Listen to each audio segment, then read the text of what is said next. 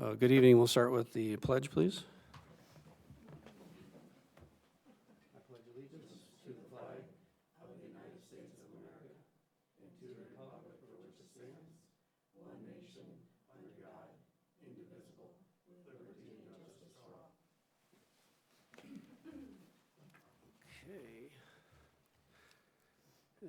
And Ashley, you could indicate that Julie's absent. Is there anyone that would like to address the board during open forum? If not, before we do approval of today's agenda, as you may have noticed, we had the water main break here today at the school, which we found out about 3 o'clock. So we have sprinklers. They're pressurized, so if we have just one fire, we'll be okay.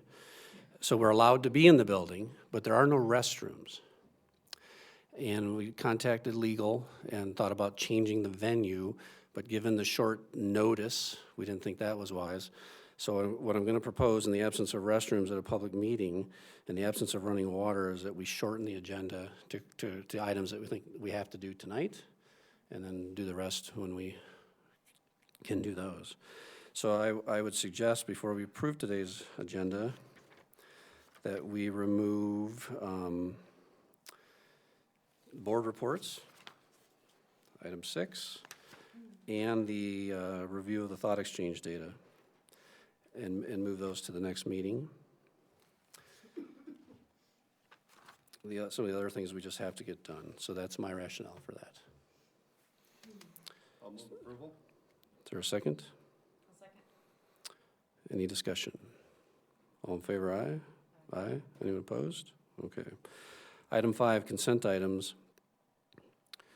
I need a motion to approve the consent items. So moved. Is there a second? Second. Any discussion? All in favor, aye? Aye. Anyone opposed?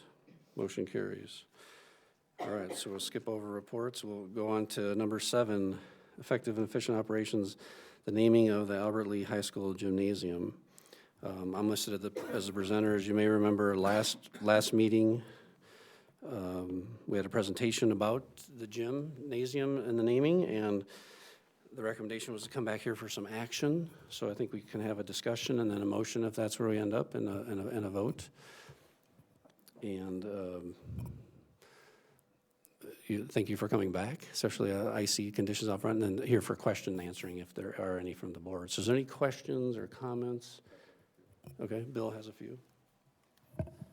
I've been approached by a few members of the community and then also some old classmates. And some of the questions pertain more towards, what I thought one of the more valid ones that we should discuss is, Ori never coached in the high school gym. He always coached over at the Southwest gym. And would it be more appropriate to name that gym after Ori instead of the high school one? So that was one question. I don't have an opinion, either way on that. But that was brought up. Another comment that was brought up in discussion was, I believe when we named the field, the money had been raised, or part of it had been raised at that point. And so, I'm wondering if we can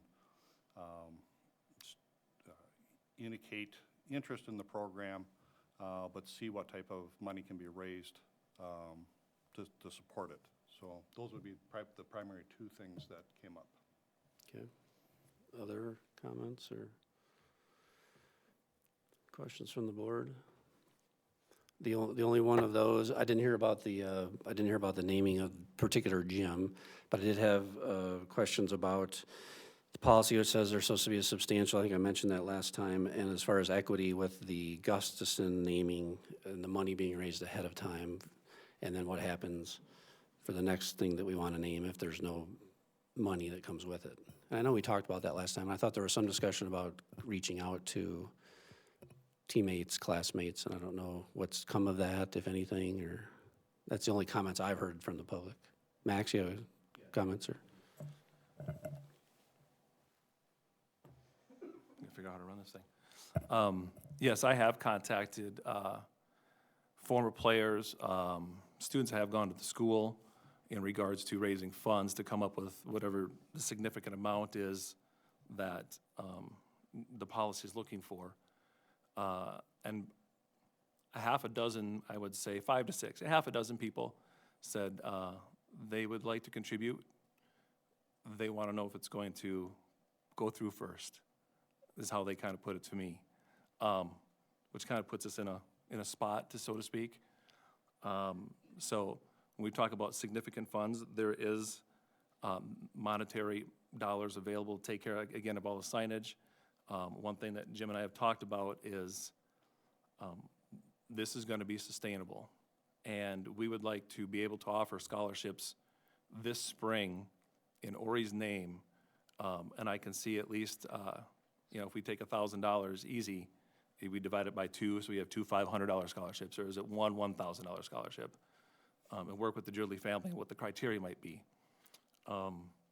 If this is going to be sustainable, and we're giving out $1,000 a year, and Jim's going to retire soon, I'm sure, but I'm not, and I'm going to be around to assure that this happens.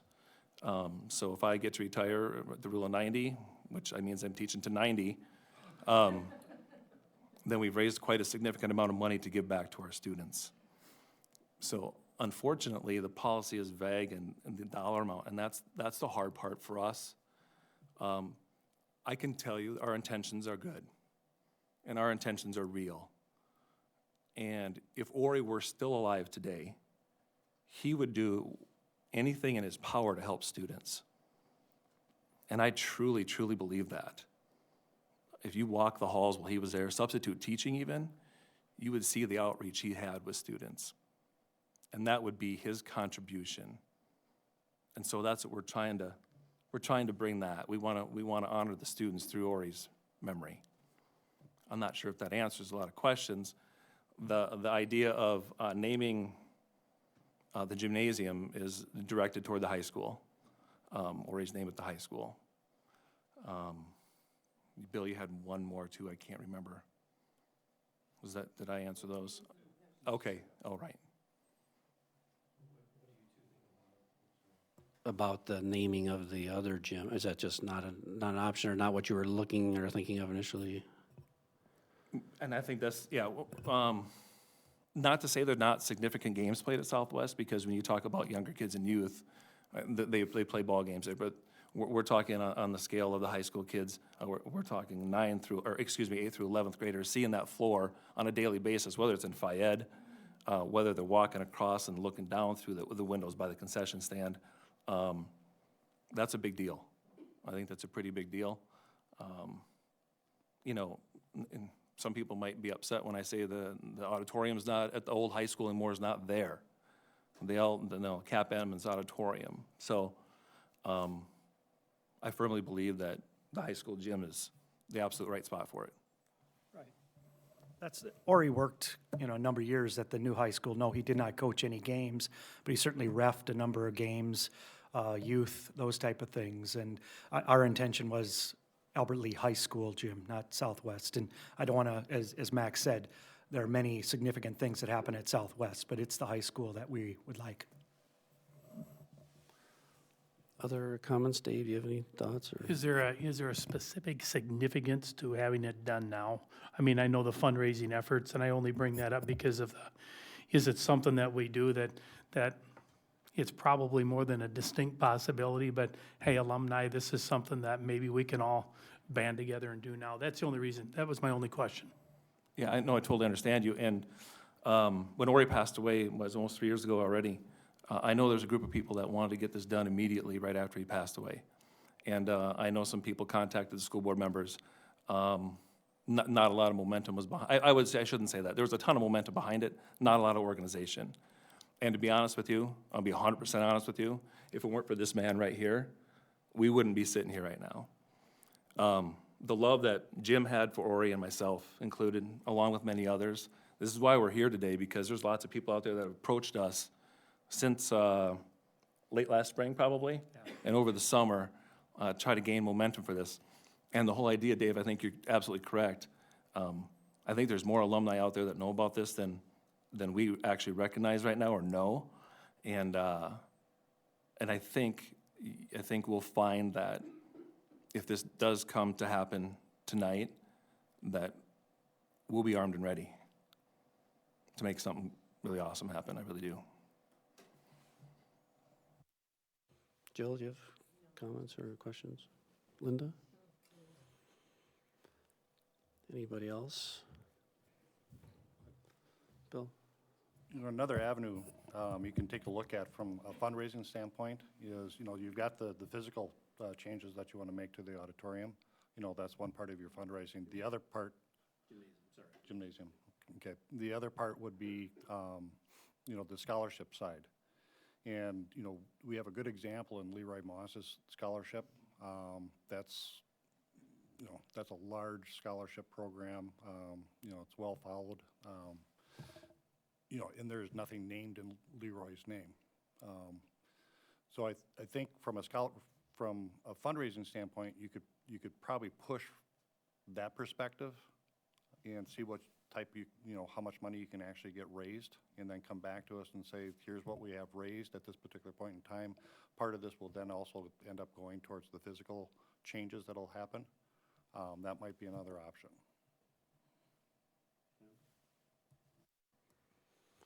Comments about that? Mike, you have comments or? I just know Ori a little bit, great guy. And, you know, I think what I'm hearing here is name it and they will come. And I think I'm also hearing from this side a little bit of, well, let's incentivize them a little bit to get it named and then they will come. So, you know, cart before the horse. I don't know what you want to do first here as a board on this. The only thing from a policy angle, and you guys nailed it, is what does significant mean? And I think when we crafted this policy a number of years ago, we were purposefully vague about what significant means because it allows the board flexibility based upon the situation. So that's all I've got. Kaylee? All right, thought I'd ask. So it's an action item, and we would need a motion of something to move forward or request other information. And again, I have the only feedback I've got was about what is significant and how does that work when we did the football field, and what about the auditorium, and how are we going to do that later? And I understand all that, but so does anybody like to make a motion about something?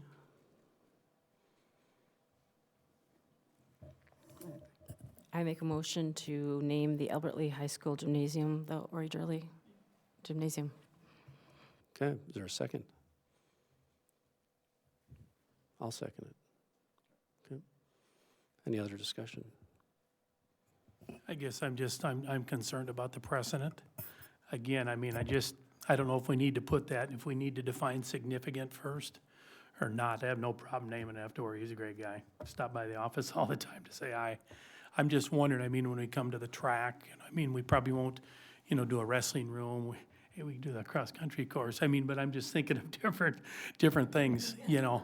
I want to make sure that, you know, we don't start out with something that we regret down the road. That's my only concern. That's why I asked that too. And I think, like you said, it's a cart before the horse. I don't think so, because, you know, Ori's not here anymore, and I think it's a great idea. I'm just concerned about what do we do next, because I don't remember what it was for the football field. I wasn't on the board then, so that's my only thought.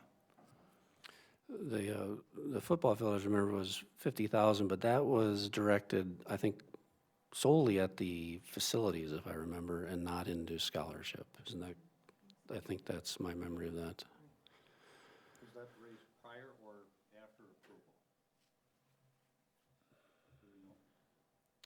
I don't know. I think they came to the board and they asked for approval, and then I think the board said, well, we want to see what you're going to do, if I recall. And then they came back and said, here's what we've got. That's my recollection. Do you have an idea, like if you went out to raise scholarship money, I mean, are you talking, you could get 1,000 easily, 5,000, 2,500? Do you have any sense of, when people said they'd participate, what that means? And maybe you don't, but I don't have an exact dollar amount. I know that I can 99% guarantee that if you wanted a $1,000 scholarship that this spring to get started and here on after, we can get that done, easy. okay. And and to be honest with you, we just don't want to end it there. We want to grow it. We want to grow it to where we're giving more than just one. We want to give two. We want to give multiple, kind of like the Leroy Moss Scholarship. That's our goal. And I think that if this does happen, I think that you'll see that happen. Other comments? So we have a motion, it's been seconded. What would, and while we're in discussion, and we'll discuss a possible amendment. What would the board think about approval contingent on the raising of scholarship monies up front?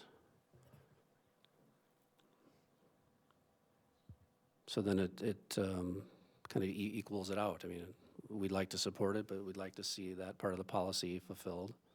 And we can throw out a number, but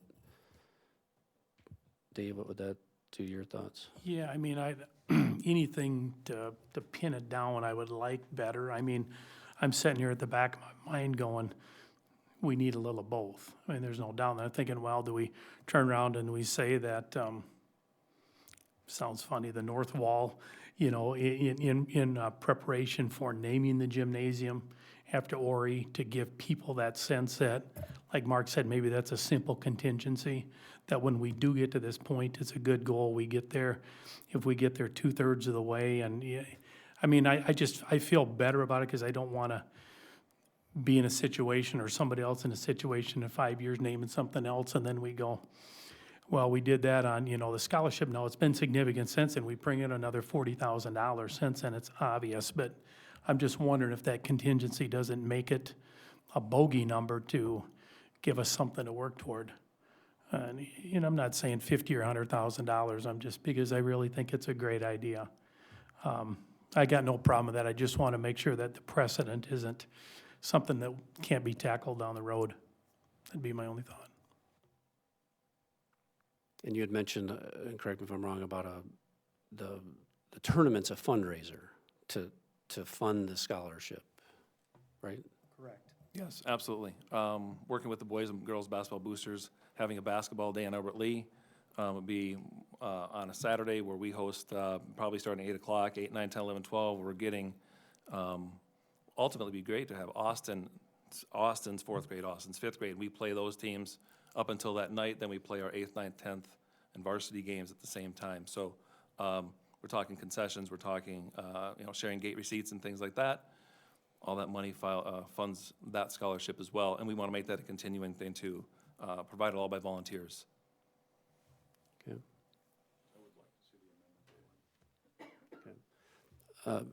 Bill had said he'd like to see that amendment. So but I guess before I make, and I'll do the amendment, is a dollar figure. I mean, we can say amendment to raise scholarship funds, but I think without a number attached to it becomes kind of shallow. And I'll suggest $2,000. That's what I was thinking to start. And I agree. I think the tournament will generate funds. And are you saying 2,000 total, 2,000 annually? What's your intention? 2,000 to start, not 2,000 annually. The 2,000 seed money, I don't know how you want to say, but just $2,000 up front, plus the money to do the floor and the scoreboard and all those other things, plus the commitment to do the tournament. How soon would you like to see it? 5, no. You know. Before you name the gym. I mean, you know, what, February 24th or something like that, 25th? So I think you just get it done before the 25th and, you know, bring it into the district office and, you know. And I don't think you have to come back. I mean, I don't think you need to come back to here for a vote or anything. Just once that's in, then it's done. Yeah, just, yeah. Does that sound reasonable? MIKEFUNK. So I'll make an amendment to the motion that it's contingent on raising $2,500 of scholarship money. Okay, any other discussion? Is it 2,000 or What 2,500? did I say? You said 2,000 before. Then I have the 500? I'm sorry. all said he's an auctioneer, that's I'm sorry, I've just been running all kinds Christmas of is around the numbers, so corner, so that's all I've done. I'm comfortable with 2,000. Two? All right, 2,000. $2,000, I'm okay. sorry. Other discussion. Jill? I'm just wondering, is the maker of the motion in agreement with that? Because usually we need to check that out. Okay, thanks. If this passes, which should, sounds pretty good, have the tournament this year already?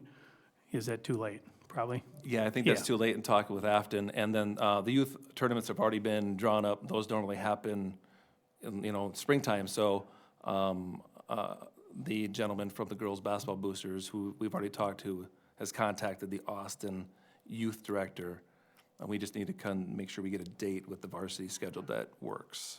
So that's and if we can't find a date that works with the varsity schedule, we can still run a youth tournament without it if it doesn't happen to fall as we need it to. All right, so motion, second amendment, so I'll any other discussion? So all in favor of the motion as amended, say aye. Aye. Anyone opposed? Motion carries 5-0. Thank you. Thank you. Item 7.2, approval of rescheduling January 2nd staff development. Must be Mike.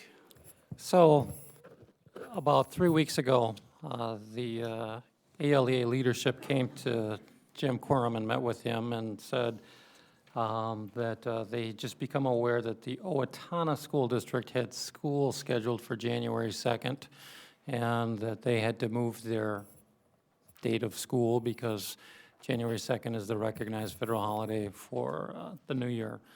And so, okay, when that was pretty much the end of it, well, then they came and met with us about a week and a half ago and said, well, we need to move our staff development date because you have us doing staff development on a federal holiday. And our comeback to them was, we do lots of things on federal holidays in our school district. We do President's Day, we do Martin Luther King Day, we do Veterans Day. Why is this any different? So that was the end of that meeting. I said, look at some options though, in case we do consider moving it. And so they came back a couple days later and they said their primary option that they would like to see would be May 22nd, which is the Monday after school is out on the 18th, as the staff development day. So took a look at that. We talked it over with legal and said, got an opinion saying, what do you think about January 2nd? And their recommendation was, is this something you really want to take to a grievance level? And so we said, okay, fine. And so we went back and we said, we're looking at the 14th of April, which is a Good Friday. We did staff development on a Good Friday 2 or 3 years ago, or May 22nd. The other day on the calendar that you see is February 20th, which we found out from talking with the union. If we want to have school on February 20th or have teachers report on February 20th, we would technically need an MOU from the ALEA to do that. There's a law that says that. Was not aware of that. So therefore, our options are the 14th to the 22nd. The thought on the 22nd is how active or how engaged will our staff be if we come back on the 22nd? Will they be, okay, here, and when can the summer start, as opposed to the 14th? The concern about the 14th, of course, is, well, what if somebody has something planned for the 3-day Easter weekend? I seem to recall when we did this a few years ago, we were flexible with staff members who'd already had things planned, and it really did not become an issue. So the administrative recommendation to the board is April 14th as the staff development day instead of January 2nd. What are your questions?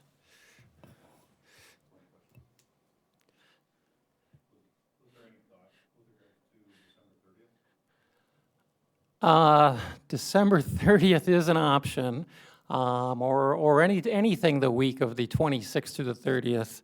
I don't know how happy they would be shortening their break on a Friday and then coming back to school on a Tuesday. That is an option, but it is one that I don't think would be very popular with our teaching staff. What was the reasoning for the MOU if it goes into February? State law, It is? yeah, Okay. and it's been on the books, we found since like 2008, Okay. so. And then January 2nd, 3rd, and 4th are gray boxes? Yeah, Is so that- the 3rd and 4th are still staff development days. Oh, okay, so they're already full. I mean, you can't move the 2nd to the 4th. No, it's all right, we already have, Haven't staffed, okay. yep. You could move it to the 5th, but then you're gonna be shortening a student day and then you're adjusting. The reason I'm trying to stay away from it is stay away from families, okay? Their family schedules are set for the spring, so let's not get into so the days in blue that we're talking about are just days for staff. And then the 22nd is a green hatch, which is snow day, so if we have to do a snow day, then Then, have to move then it we'd have to again? move the 22nd again.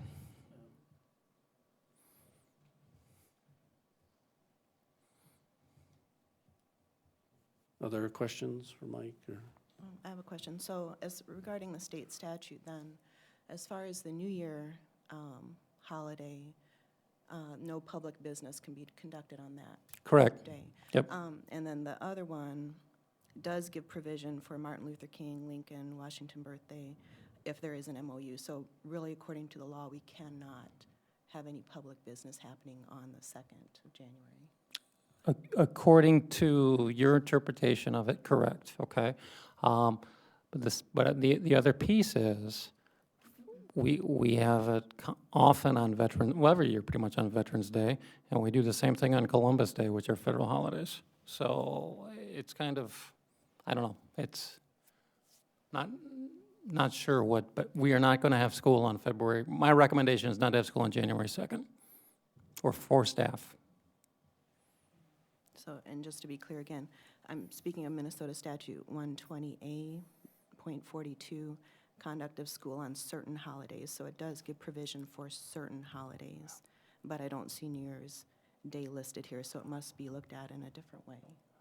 And we're not talking about school, we're talking about staff development. Right, and the other statute mentions no public business. So it looks like no public business should be conducted on that day. That's just my understanding from what I've read. I'll make a motion that we move it to April 14th. Okay, we have a motion, a second, other discussion? Well, I would like the answer. I mean, I wasn't quite done there, but Yeah, I saw if it, we're yeah. ready So- to stop discussion. So were you talking about January, you're talking about January 2nd, or is that what Yeah, you're the- reading there? The New Year holiday, just from what it looks like in statute, that is different than the other holidays. Okay, and I think And that's the reason we're recommending, not to argue the point, okay, is that we're recommending that even though we have a number of teachers in this district who want to have school on, or staff development on January 2nd, that we do not enter into a grievance with the ALEA on this issue, and pick either April 14th or May 22nd as the two possible dates. Thank you. So we have a motion and a second to move it to, and I just want to get this right, Friday, April 14th, 2017. Other discussion? All in favor, aye. Aye. Anyone opposed? Okay, motion carries 5-0. Thanks. All right, we're going to skip 8. We'll go right on to 9. Couple things. Julie is at work and she's doing negotiations, and as they always do, they ran long, and she called and said she regretted she couldn't be here. But I have something for Julie, which I'll just show, so she can look at the tape. We appreciate Julie's service of 4 years. I've enjoyed working with Julie, as I think we all have. Let me Nice little bell and a little stand to sit on there.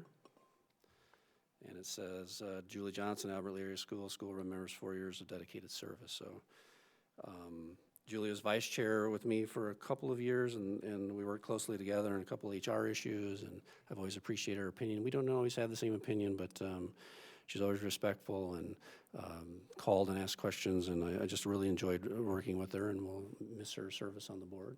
So I'm going to set that over by her chair.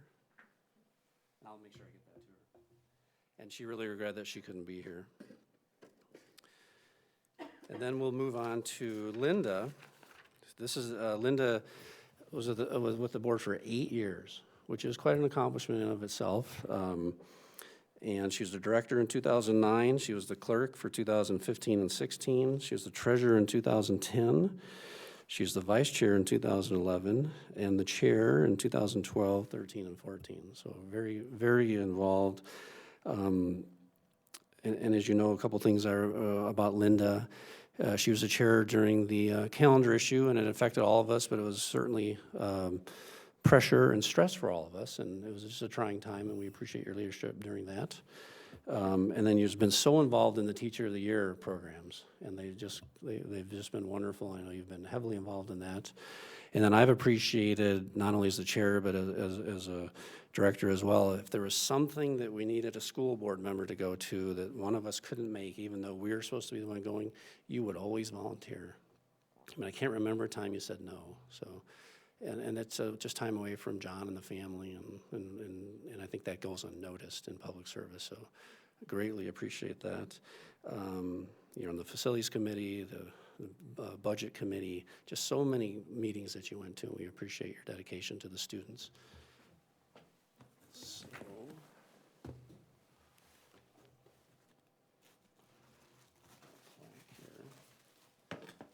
and because you're a past chair, we have a plaque with a gavel for you. So.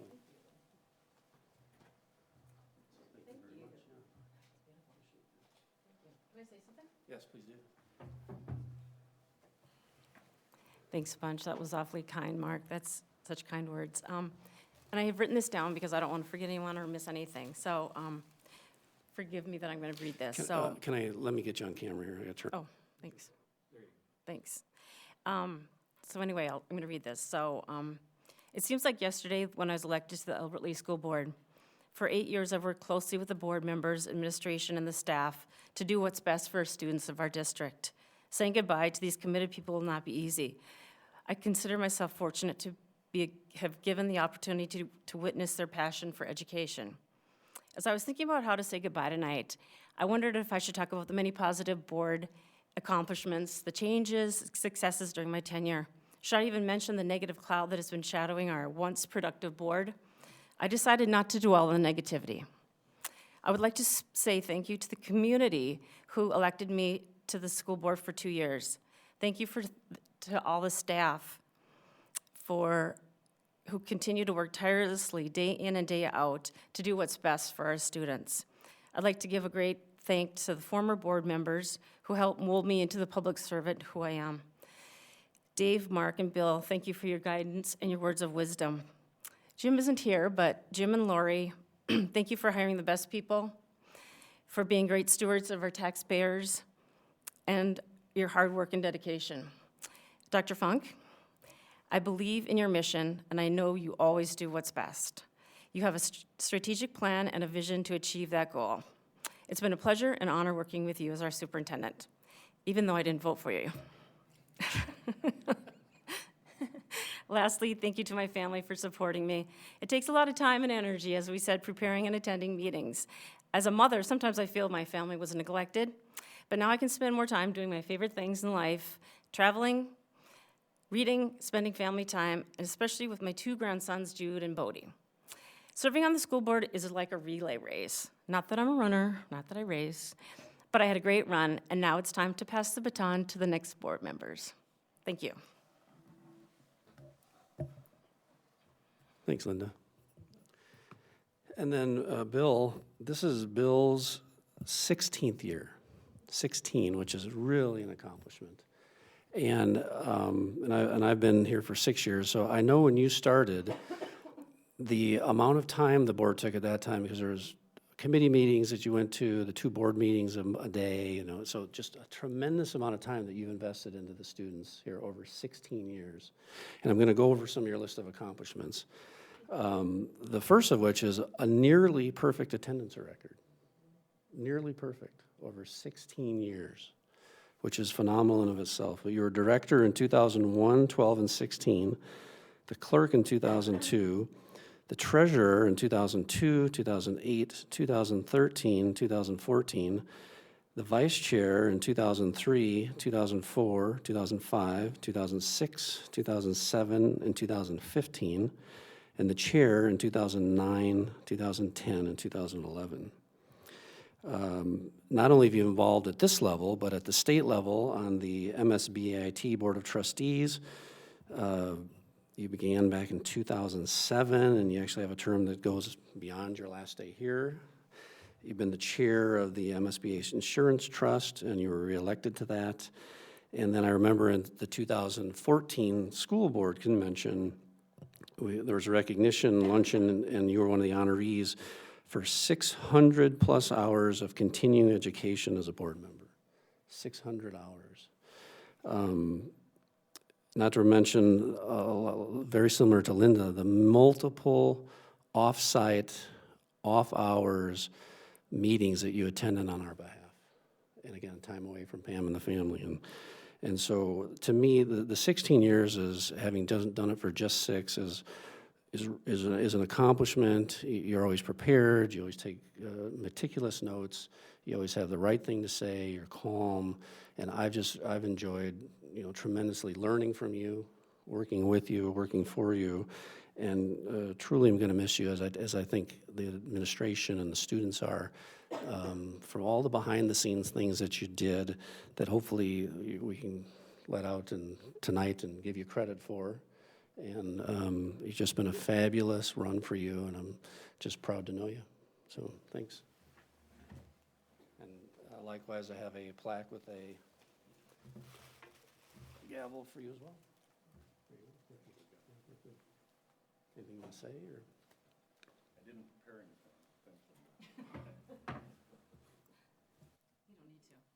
Yes, but no, if I wrote something, I couldn't write it any better than you did. It has been a pleasure serving on this board, and an honor. And I can't be more proud when I'm up at the state level representing the school district and interacting with people over the whole state and talking about Albert Lea and what we do down here. And it's always a question back to me as far as, what are you doing now down there? So, you know, we have a lot of great things going on in this district. You know, we've had good exposure up at the state level. Hopefully we can continue that. And I know Dave has agreed to take my spot on the Insurance Trust Board, so that'll continue there, and that's an important committee, so I appreciate you doing that as well. But serving with you, Dr. Funk, has been a pleasure. It's been interesting. Very interesting ride. So, but when we made that choice years ago, it was the right choice, without a doubt. Thank you. And we have coffee, and I don't know what the beverage is. Hopefully it's not coffee. I mean, cake. We have cake. It's punch, but limit your punch intake because you'll have to leave the building if you don't. And so we have cake, so if you'd like to stay and have some cake in honor of Julie, Linda, and Bill, please do. And otherwise, we're adjourned. Thanks.